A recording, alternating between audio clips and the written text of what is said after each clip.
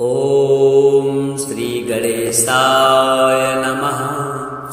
अथ श्री ब्रह्मांड विजय दुर्गा कवचम्।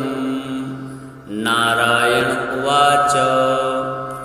शृणु नारद वक्ष्यामि दुर्गायाः कवचं शुभम्। श्रीकृष्णेनैव यद्दत्तं गोलोके ब्रह्मणे पुरा। ब्रह्मा त्रिपुरसङ्ग्रामे शङ्कराय ददौ पुरा। जघान त्रिपुरं रुद्रो यद्धृत्वा भक्तिपूर्वकम्। हरो ददौ गौतमाय पद्माक्षाय च गौतमः। यतो बभूव पद्माक्षः सप्तद्वीपेश्वरो जयी। यद्धृत्वा पठनाद् ब्रह्मा ज्ञानवान् शक्तिमान् भुवि। शिवो बभूव सर्वज्ञो योगिनां च गुरुर्यतः। शिवतुल्यो गौतमश्च बभूव मुनिसत्तमः। ब्रह्माण्डविजयस्यास्य कवचस्य प्रजापतिः। ऋषिश्छन्दश्च गायत्री देवी दुर्गतिनाशिनी। ब्रह्माण्डविजये चैव विनियोगः प्रकीर्तितः। पुण्यतीर्थ च महतां कवचं परमाद्भुतम्। ॐ ह्रीं दुर्गतिनाशिन्यै स्वाहा मे पातु मस्तकम्। ॐ ह्रीं मे पातु कपालं च। ॐ ह्रीं श्रीमिति लोचने पातु मे कर्णयुग्मं च। ॐ दुर्गायै नमः सदा। ॐ ह्रीं श्रीमिति नासां मे सदा पातु च सर्वतः। ॐ श्रीं ह्रीमिति दन्तानि पातु क्लीमोष्टयुग्मकम्। क्रीं क्रीं क्रीं पातु कण्ठं च दुर्गे रक्षतु गण्डकम्। स्कन्धं दुर्गविनाशिन्यै स्वाहा पातु निरन्तरम्। वक्षो विपद्विनाशिन्यै स्वाहा मे पातु सर्वतः। दुर्गे दुर्गे रक्षणीति स्वाहा नाभिं सदावतु। दुर्गे दुर्गे रक्ष रक्ष पृष्ठं मे पातु सर्वतः। ॐ ह्रीं दुर्गायै स्वाहा च हस्तौ पादौ सदावतु। ॐ ह्रीं दुर्गायै स्वाहा च सर्वाङ्गं मे सदावतु। प्राच्यां पातु महामाया आग्नेयां पातु कालिका। दक्षिणे दक्षकन्या च नैऋत्यां शिवसुन्दरी। पश्चिमे पार्वती पातु। वाराही वारुणे सदा। कुबेरमाता कौवेर्या मैशान्यामीश्वरी सदा। ऊर्ध्वे नारायणी पातु अम्बिकादा सदावतु। ज्ञाने ज्ञानप्रदा पातु स्वप्ने निद्रा सदावतु। इति ते कथितं वत्स सर्वमन्त्रौ विग्रहम्। ब्रह्माण्डविजयं नाम कवचं परमाद्भुतम्। सुस्नाता सर्वतीर्थेषु सर्वयज्ञेषु यत्फलम्। सर्वव्रतोपवासे च तत्फलं लभते नरः। गुरुमभ्यर्च्य विधिवद् वस्त्रालङ्कारचन्दनैः। कण्ठे वा दक्षिणे बाहौ कवचं धारयेत्तु च यः। सावत्रैलोक्यविजयी सर्वशत्रुप्रमर्दकः। इदं कवचं ज्ञात्वा भजेत् दुर्गतिनाशिनी। शतलक्षप्रजप्तोऽपि नामन्त्रः सिद्धिदायका। कवचं कारुणिशाखोक्तम् उक्तं नारदसुन्दरम्। यस्मै कस्मै न दातव्यं गोपनीयं सुदुर्लभं श्री दुर्गादेव्यार्पणमस्तु। नारायण उवाच शृणुन्नारद वक्ष्यामि दुर्गायाः कवचं शुभं श्रीकृष्णेनैव यद्दत्तं गोलोके ब्रह्मणे पुरा। ब्रह्मा त्रिपुरसङ्ग्रामे शङ्कराय ददौ पुरा जघान त्रिपुरं रुद्रो यद्धृत्वा भक्तिपूर्वकम्। हरो ददौ गौतमाय पद्माक्षाय च गौतमः यतो बभूव पद्माक्षः सप्तद्वीपेश्वरो जयी। यद्धृत्वा पठनाद् ब्रह्मा ज्ञानवान् शक्तिमान् भुवि शिवो बभूव सर्वज्ञो योगिनां च गुरुर्यतः। शिवतुल्यो गौतमश्च बभूव मुनिसत्तमः ब्रह्माण्डविजयस्यास्य कवचस्य प्रजापतिः। ऋषिश्छन्दश्च गायत्री देवी दुर्गतिनाशिनी ब्रह्माण्डविजये चैव विनियोगः प्रकीर्तितः। पुण्यतीर्थ च महतां कवचं परमाद्भुतम् ॐ ह्रीं दुर्गतिनाशिन्यै स्वाहा मे पातु मस्तकम्। ॐ ह्रीं मे पातु कपालं च ॐ ह्रीं श्रीमिति लोचने पातु मे कर्णयुग्मं च। ॐ दुर्गायै नमः सदा ॐ ह्रीं श्रीमिति नासां मे सदा पातु च सर्वतः। ॐ श्रीं ह्रीमिति दन्तानि पातु क्लीमोष्टयुग्मकम्। क्रीं क्रीं क्रीं पातु कण्ठं च दुर्गे रक्षतु गण्डकम्। स्कन्धं दुर्गविनाशिन्यै स्वाहा पातु निरन्तरम्। वक्षो विपद्विनाशिन्यै स्वाहा मे पातु सर्वतः।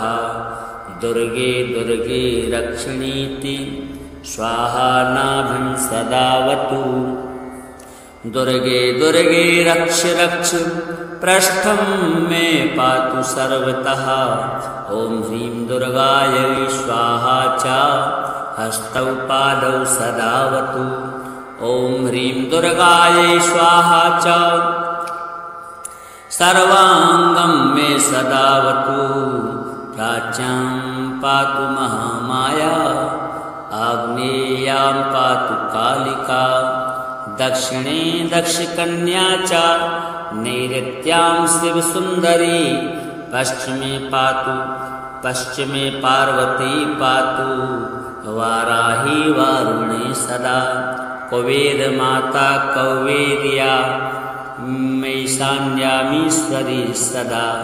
ऊर्ध्वे नारायणी पातु अम्बिकादा सदावतु। ज्ञाने ज्ञानप्रदा पातु स्वप्ने निद्रा सदावतु। इति ते कथितं वत्स सर्वमन्त्रौ विग्रहम्। ब्रह्माण्डविजयं नाम कवचं परमाद्भुतम्। सुस्नाता सर्वतीर्थेषु सर्वयज्ञेषु यत्फलम्। सर्वव्रतोपवासे च तत्फलं लभते नरः। गुरुमभ्यर्च्य विधिवद् वस्त्रालङ्कारचन्दनैः। कंठे वा दक्षिणे बाहौ कवचं धारयेत्तु च यः। सावत्रैलोक्यविजयी सर्वशत्रुप्रमर्दकः। इदं कवचं ज्ञात्वा भजेत् दुर्गतिनाशिनी। शतलक्षप्रजप्तोऽपि नामन्त्रः सिद्धिदायका। कवचं कारुणिशाखोक्तम् उक्तं नारदसुन्दरम्। यस्मै कस्मै न दातव्यं गोपनीयं सुदुर्लभं श्रीदुर्गादेव्यार्पणमस्तु। नारायण उवाच शृणुन्नारद वक्ष्यामि दुर्गायाः कवचं शुभं श्रीकृष्णेनैव यद्दत्तं गोलोके ब्रह्मणे पुरा। ब्रह्मा त्रिपुरसङ्ग्रामे शङ्कराय ददौ पुरा जघान त्रिपुरं रुद्रो यद्धृत्वा भक्तिपूर्वकम्। हरो ददौ गौतमाय पद्माक्षाय च गौतमः यतो बभूव पद्माक्षः सप्तद्वीपेश्वरो जयी। यद्धृत्वा पठनाद् ब्रह्मा ज्ञानवान् शक्तिमान् भुवि शिवो बभूव सर्वज्ञो योगिनां च गुरुर्यतः।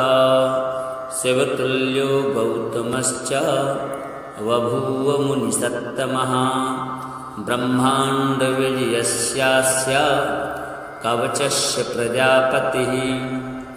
ऋषिश्छन्दश्च गायत्री देवी दुर्गतिनाशिनी ब्रह्माण्डविजये चैव विनियोगः प्रकीर्तितः।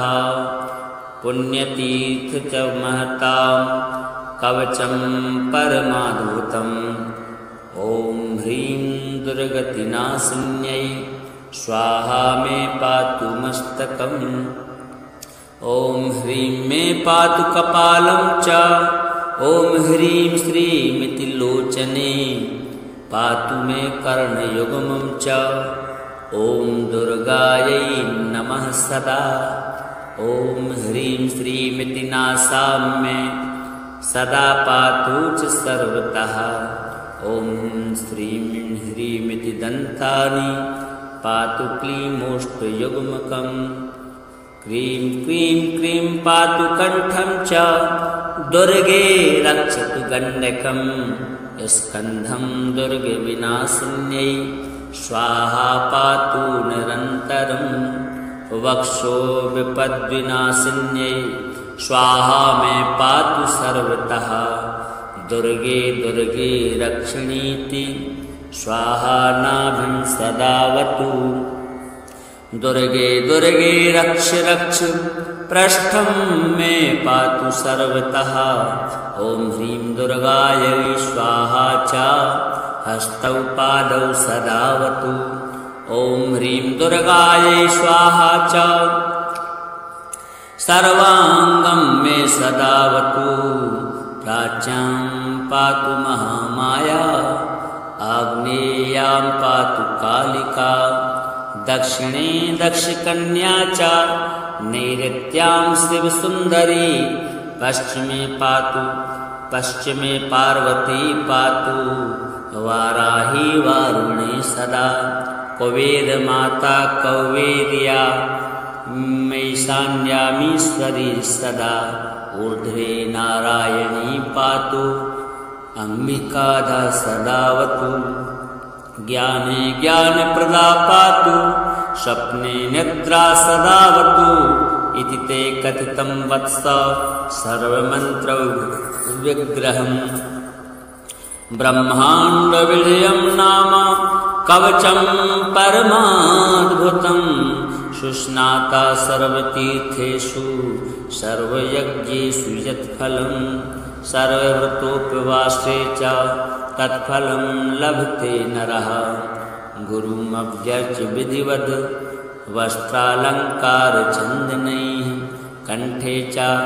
कण्ठे वा दक्षिणे बाहौ कवचं धारयेत्तु च यः। सावत्रैलोक्यविजयी सर्वशत्रुप्रमर्दकः। इदं कवचं ज्ञात्वा भजेत् दुर्गतिनाशिनी। शतलक्षप्रजप्तोऽपि नामन्त्रः सिद्धिदायकः। कवचं कारुणिशाखोक्तम् उक्तं नारदसुन्दरं। यस्मै कस्मै न दातव्यं गोपनीयं सुदुर्लभं श्रीदुर्गादेव्यार्पणमस्तु। नारायण उवाच शृणुन्नारद वक्ष्यामि दुर्गायाः कवचं शुभं श्रीकृष्णेनैव यद्दत्तं गोलोके ब्रह्मणे पुरा। ब्रह्मा त्रिपुरसङ्ग्रामे शङ्कराय ददौ पुरा जघान त्रिपुरं रुद्रो यद्धृत्वा भक्तिपूर्वकम्। हरो ददौ गौतमाय पद्माक्षाय च गौतमः यतो बभूव पद्माक्षः सप्तद्वीपेश्वरो जयी। यद्धृत्वा पठनाद् ब्रह्मा ज्ञानवान् शक्तिमान् भुवि शिवो बभूव सर्वज्ञो योगिनां च गुरुर्यतः। शिवतुल्यो गौतमश्च बभूव मुनिसत्तमः ब्रह्माण्डविजयस्यास्य कवचस्य प्रजापतिः। ऋषिश्छन्दश्च गायत्री देवी दुर्गतिनाशिनी ब्रह्माण्डविजये चैव विनियोगः प्रकीर्तितः। पुण्यतीर्थ च महतां कवचं परमाद्भुतम् ॐ ह्रीं दुर्गतिनाशिन्यै स्वाहा मे पातु मस्तकम्। ॐ ह्रीं मे पातु कपालं च ॐ ह्रीं श्रीमिति लोचने पातु मे कर्णयुग्मं च।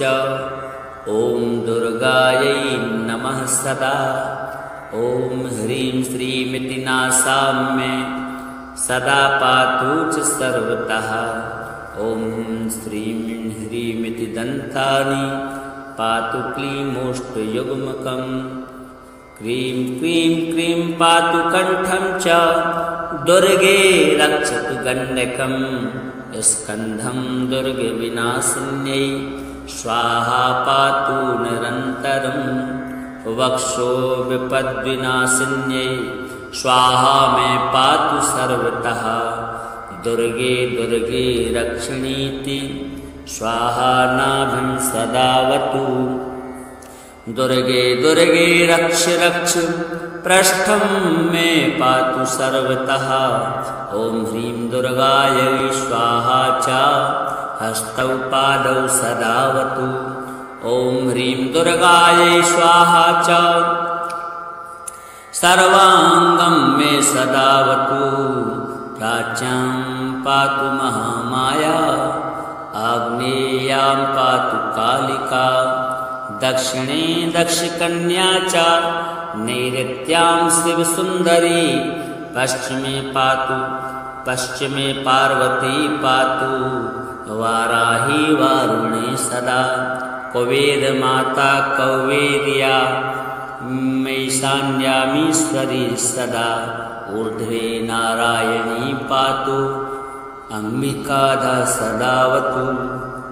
ज्ञाने ज्ञानप्रदा पातु स्वप्ने निद्रा सदावतु। इति ते कथितं वत्स सर्वमन्त्रौ विग्रहम्। ब्रह्माण्डविजयं नाम कवचं परमाद्भुतम्। सुस्नाता सर्वतीर्थेषु सर्वयज्ञेषु यत्फलम्। सर्वव्रतोपवासे च तत्फलं लभते नरः। गुरुमभ्यर्च्य विधिवद् वस्त्रालङ्कारचन्दनैः। कंठे वा दक्षिणे बाहौ कवचं धारयेत्तु च यः। सावत्रैलोक्यविजयी सर्वशत्रुप्रमर्दकः। इदं कवचं ज्ञात्वा भजेत् दुर्गतिनाशिनी। शतलक्षप्रजप्तोऽपि नामन्त्रः सिद्धिदायका। कवचं कारुणसाखोक्तम् उक्तं नारदसुन्दरम्। यस्मै कस्मै न दातव्यं गोपनीयं सुदुर्लभं श्री दुर्गादेव्यार्पणमस्तु। नारायण उवाच शृणुन्नारद वक्ष्यामि दुर्गायाः कवचं शुभं श्रीकृष्णेनैव यद्दत्तं गोलोके ब्रह्मणे पुरा। ब्रह्मा त्रिपुरसङ्ग्रामे शङ्कराय ददौ पुरा जघान त्रिपुरं रुद्रो यद्धृत्वा भक्तिपूर्वकम्। हरो ददौ गौतमाय पद्माक्षाय च गौतमः यतो बभूव पद्माक्षः सप्तद्वीपेश्वरो जयी। यद्धृत्वा पठनाद् ब्रह्मा ज्ञानवान् शक्तिमान् भुवि शिवो बभूव सर्वज्ञो योगिनां च गुरुर्यतः। शिवतुल्यो गौतमश्च बभूव मुनिसत्तमः ब्रह्माण्डविजयस्यास्य कवचस्य प्रजापतिः। ऋषिश्छन्दश्च गायत्री देवी दुर्गतिनाशिनी ब्रह्माण्डविजये चैव विनियोगः प्रकीर्तितः। पुण्यतीर्थ च महतां कवचं परमाद्भुतम् ॐ ह्रीं दुर्गतिनाशिन्यै स्वाहा मे पातु मस्तकम्। ॐ ह्रीं मे पातु कपालं च ॐ ह्रीं श्रीमिति लोचने पातु मे कर्णयुग्मं च। ॐ दुर्गायै नमः सदा ॐ ह्रीं श्रीमिति नासां मे सदा पातु च सर्वतः। ॐ श्रीं ह्रीमिति दन्तानि पातु क्लीमोष्टयुग्मकम्। क्रीं क्रीं क्रीं पातु कण्ठं च दुर्गे रक्षतु गण्डकं। स्कन्धं दुर्गविनाशिन्यै स्वाहा पातु निरन्तरम्। वक्षो विपद्विनाशिन्यै स्वाहा मे पातु सर्वतः। दुर्गे दुर्गे रक्षणीति स्वाहा नाभिं सदावतु। दुर्गे दुर्गे रक्ष रक्ष पृष्ठं मे पातु सर्वतः। ॐ ह्रीं दुर्गायै स्वाहा च हस्तौ पादौ सदावतु। ॐ ह्रीं दुर्गायै स्वाहा च सर्वाङ्गं मे सदावतु। प्राच्यां पातु महामाया आग्नेयां पातु कालिका। दक्षिणे दक्षकन्या च नैऋत्यां शिवसुन्दरी। पश्चिमे पार्वती पातु वाराही वारुणे सदा। कुबेरमाता कौवेर्या मैशान्यामीश्वरी सदा। ऊर्ध्वे नारायणी पातु अम्बिकाधा सदावतु। ज्ञाने ज्ञानप्रदा पातु स्वप्ने निद्रा सदावतु। इति ते कथितं वत्स सर्वमन्त्रौ विग्रहम्। ब्रह्माण्डविजयं नाम कवचं परमाद्भुतम्। सुस्नाता सर्वतीर्थेषु सर्वयज्ञेषु यत्फलम्। सर्वव्रतोपवासे च तत्फलं लभते नरः। गुरुमभ्यर्च्य विधिवद् वस्त्रालङ्कारचन्दनैः। कंठे वा दक्षिणे बाहौ कवचं धारयेत्तु च यः। सावत्रैलोक्यविजयी सर्वशत्रुप्रमर्दकः। इदं कवचं ज्ञात्वा भजेत् दुर्गतिनाशिनी। शतलक्षप्रजप्तोऽपि नामन्त्रः सिद्धिदायका। कवचं कार्णशाखोक्तम् उक्तं नारदसुन्दरम्। यस्मै कस्मै न दातव्यं गोपनीयं सुदुर्लभम्। श्रीदुर्गादेव्यार्पणमस्तु। नारायण उवाच शृणुन्नारद वक्ष्यामि दुर्गायाः कवचं शुभम्। श्रीकृष्णेनैव यद्दत्तं गोलोके ब्रह्मणे पुरा। ब्रह्मा त्रिपुरसङ्ग्रामे शङ्कराय ददौ पुरा। जघान त्रिपुरं रुद्रो यद्धृत्वा भक्तिपूर्वकम्। हरो ददौ गौतमाय पद्माक्षाय च गौतमः। यतो बभूव पद्माक्षः सप्तद्वीपेश्वरो जयी। यद्धृत्वा पठनाद् ब्रह्मा ज्ञानवान् शक्तिमान् भुवि। शिवो बभूव सर्वज्ञो योगिनां च गुरुर्यतः। शिवतुल्यो गौतमश्च बभूव मुनिसत्तमः। ब्रह्माण्डविजयस्यास्य कवचस्य प्रजापतिः। ऋषिश्छन्दश्च गायत्री देवी दुर्गतिनाशिनी। ब्रह्माण्डविजये चैव विनियोगः प्रकीर्तितः। पुण्यतीर्थ च महतां कवचं परमाद्भुतम्। ॐ ह्रीं दुर्गतिनाशिन्यै स्वाहा मे पातु मस्तकम्। ॐ ह्रीं मे पातु कपालं च। ॐ ह्रीं श्रीमिति लोचने पातु मे कर्णयुग्मं च। ॐ दुर्गायै नमः सदा। ॐ ह्रीं श्रीमिति नासाम्ये सदा पातु च सर्वतः। ॐ श्रीं ह्रीमिति दन्तानि पातु क्लीमोष्टयुग्मकम्। क्रीं क्रीं क्रीं पातु कण्ठं च। दुर्गे रक्षतु गण्डकम्। स्कन्धं दुर्गविनाशिन्यै स्वाहा पातु निरन्तरम्। वक्षो विपद्विनाशिन्यै स्वाहा मे पातु सर्वतः। दुर्गे दुर्गे रक्षणीति स्वाहा नाभिं सदावतु। दुर्गे दुर्गे रक्ष रक्ष पृष्ठं मे पातु सर्वतः। ॐ ह्रीं दुर्गायै स्वाहा च हस्तौ पादौ सदावतु। ॐ ह्रीं दुर्गायै स्वाहा च सर्वाङ्गं मे सदावतु। प्राच्यां पातु महामाया आग्नेयां पातु कालिका।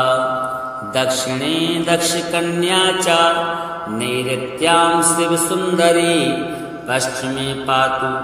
पश्चिमे पार्वती पातु। वाराही वारुणे सदा। कुबेरमाता कौवेर्या मैशान्यामीश्वरी सदा। ऊर्ध्वे नारायणी पातु। अम्बिकाधा सदावतु। ज्ञाने ज्ञानप्रदा पातु। स्वप्ने निद्रा सदावतु। इति ते कथितं वत्स सर्वमन्त्रौ विग्रहम्। ब्रह्माण्डविजयं नाम कवचं परमाद्भुतम्। सुस्नाता सर्वतीर्थेषु सर्वयज्ञेषु यत्फलम्।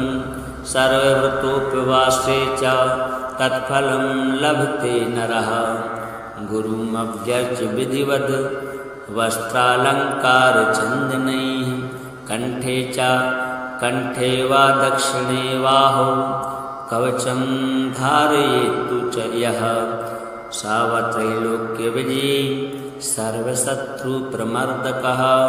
इदं कवचं ज्ञात्वा भजेत् दुर्गतिनाशिनी।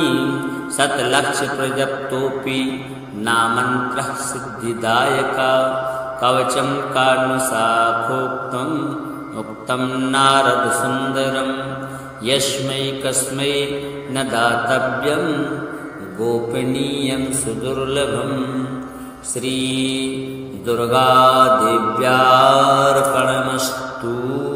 नारायण उवाच शृणुन्नारद वक्ष्यामि दुर्गायाः कवचं शुभम्। श्रीकृष्णेनैव यद्दत्तं गोलोके ब्रह्मणे पुरा। ब्रह्मा त्रिपुरसङ्ग्रामे शङ्कराय ददौ पुरा।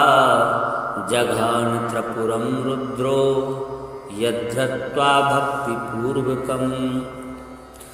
हरो ददौ गौतमाय पद्माक्षाय च गौतमः। यतो बभूव पद्माक्षः सप्तद्वीपेश्वरो जयी। यद्धृत्वा पठनाद् ब्रह्मा ज्ञानवान् शक्तिमान् भुवि। शिवो बभूव सर्वज्ञो योगिनां च गुरुर्यतः। शिवतुल्यो गौतमश्च बभूव मुनिसत्तमः। ब्रह्माण्डविजयस्यास्य कवचस्य प्रजापतिः। ऋषिश्छन्दश्च गायत्री देवी दुर्गतिनाशिनी। ब्रह्माण्डविजये चैव विनियोगः प्रकीर्तितः। पुण्यतीर्थ च महतां कवचं परमाद्भुतम्। ॐ ह्रीं दुर्गतिनाशिन्यै स्वाहा मे पातु मस्तकम्। ॐ ह्रीं मे पातु कपालं च। ॐ ह्रीं श्रीमिति लोचने पातु मे कर्णयुग्मं च। ॐ दुर्गायै नमः सदा।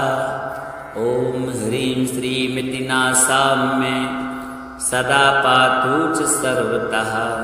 ॐ श्रीं ह्रीमिति दन्तानि पातु क्लीमोष्टयुग्मकम्। क्रीं क्रीं क्रीं पातु कण्ठं च। दुर्गे रक्षतु गण्डकम्। स्कन्धं दुर्गविनाशिन्यै स्वाहा पातु निरन्तरम्। वक्षो विपद्विनाशिन्यै स्वाहा मे पातु सर्वतः। दुर्गे दुर्गे रक्षणीति स्वाहा नाभिं सदावतु। दुर्गे दुर्गे रक्ष रक्ष पृष्ठं मे पातु सर्वतः। ॐ ह्रीं दुर्गायै स्वाहा च हस्तौ पादौ सदावतु। ॐ ह्रीं दुर्गायै स्वाहा च सर्वाङ्गं मे सदावतु। प्राच्यां पातु महामाया आग्नेयां पातु कालिका। दक्षिणे दक्षकन्या च नैऋत्यां शिवसुन्दरी। पश्चिमे पार्वती पातु। वाराही वारुणे सदा। कुबेरमाता कौवेर्या मैशान्यामीश्वरी सदा। ऊर्ध्वे नारायणी पातु। अम्बिकादा सदावतु। ज्ञाने ज्ञानप्रदा पातु। स्वप्ने निद्रा सदावतु। इति ते कथितं वत्स सर्वमन्त्रौ विग्रहम्। ब्रह्माण्डविजयं नाम कवचं परमाद्भुतम्। सुस्नाता सर्वतीर्थेषु सर्वयज्ञेषु यत्फलम्। सर्वव्रतोपवासे च तत्फलं लभते नरः। गुरुमभ्यर्च्य विधिवद् वस्त्रालङ्कारचन्दनैः। कंठे वा दक्षिणे बाहौ कवचं धारयेत्तु च यः। सावत्रैलोक्यविजयी सर्वशत्रुप्रमर्दकः। इदं कवचं ज्ञात्वा भजेत् दुर्गतिनाशिनी। शतलक्षप्रजप्तोऽपि नामन्त्रः सिद्धिदायका। कवचं कारुणसाखोक्तम् उक्तं नारदसुन्दरम्। यस्मै कस्मै न दातव्यं गोपनीयं सुदुर्लभं श्री दुर्गादेव्यार्पणमस्तु।